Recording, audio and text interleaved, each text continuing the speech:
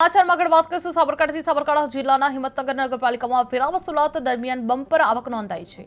પાલિકાને અત્યાર સુધીમાં 13 કરોડથી વધુની આવક પ્રાપ્ત થઈ છે અને જિલ્લાના પ્રથમ ક્રમે સ્થાન મળ્યું છે, જે બાકીદારો સામે કડક કાર્યવાહી માટે 500 જેટલા નોટિસો પાઠવવામાં આવી રહ્યા છે।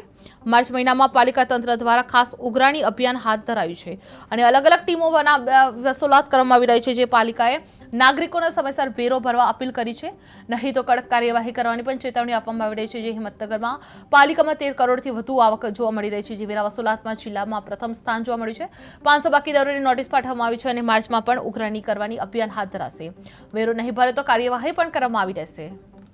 હિંમતનગર નગરપાલિકા દ્વારા ચીફ ઓફિસર શ્રી ઉપેન્દ્રભાઈ ગઢવીના માર્ગદર્શન હેઠળ ટેક્સ વિભાગની ટીમ તથા અન્ય ખાતાના વડા દ્વારા મળેલ સૂચના અને માર્ગદર્શન મુજબ હિંમતનગર નગરપાલિકાના જે બાકીદારો હતા ટેક્સ, એ 500 અરજદારોને નાગરિકોને નોટિસ આપી અને ટેક્સ ભરવા સૂચના આપેલ છે, અથવા એ લોકો ટેક્સ નહીં ભરે તો આગળ કડક કાર્યવાહી કરવામાં આવશે।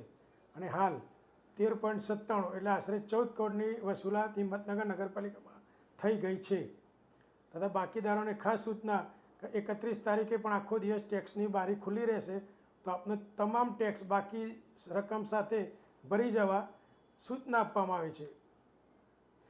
હિંમતનગર નગરપાલિકા દ્વારા ચીફ ઓફિસર શ્રી ઉપેન્દ્રભાઈ ગઢવીના માર્ગદર્શન હેઠળ ટેક્સ વિભાગની ટીમ તથા અન્ય ખાતાના વડા દ્વારા મળેલ સૂચના અને માર્ગદર્શન મુજબ હિંમતનગર નગરપાલિકાના જે બાકીદારો હતા ટેક્સ, એ 500 અરજદારોને નાગરિકોને નોટિસ આપી અને ટેક્સ ભરવા સૂચના આપેલ છે, અથવા એ લોકો ટેક્સ નહીં ભરે તો આગળ કડક કાર્યવાહી કરવામાં આવશે।